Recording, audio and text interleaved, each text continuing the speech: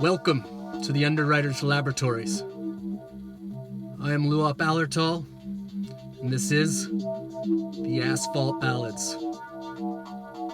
Fear&Loathing Education.con, Part 1.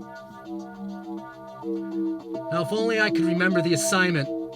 Some pointless exercise in political science, no doubt comparing and contrasting Hobbes with Locke.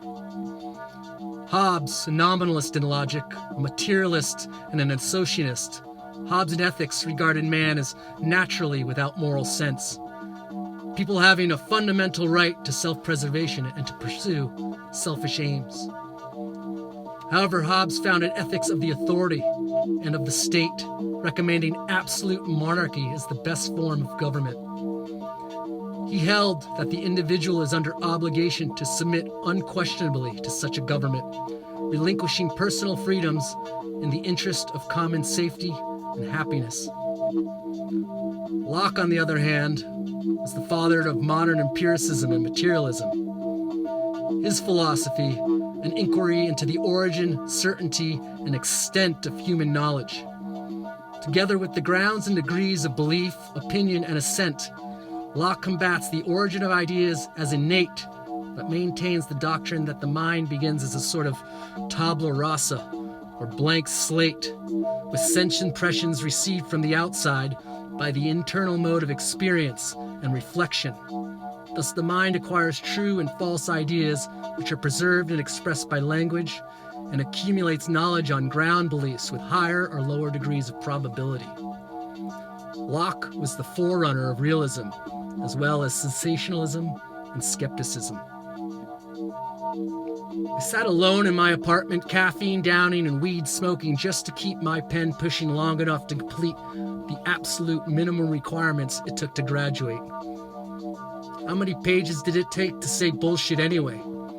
After all, that was what was going on. Total BS, and in a true liberal arts fashion too. But instead of putting it all in one nice, neat, big pile, I was being spread all over the place. So far, the evening had consisted of mastering the alternative philosophies of Java and pot. As the sun came up, the symptoms of severe liver-spleen disorder were taking hold of my guts. My coffee had formed into a cold puddle of sludge and grinds at the bottom of the cup. Stale bong smoke clung to the walls like a sleepy ghost. I was right at the edge of coming under the jurisdiction of lunacy. With a final spell check, my dissertation was complete and the final draft printed. These were my walking papers, and I was handing them in right at the buzzer. With the ringing of the first period bell, crowds of co-eds collected about over the campus green like curious flotsam drawn off by a sluice of some tragically overpriced academic beach and into their prospective classes. 7 a.m., June 6th, the year 2000-something, my final exam was complete. I handed in my last term paper of my academic career. I remembered a professor's parting words of wisdom. You know, son, although graduation has the sounds of a rather grand American journey, the experience itself is pointless.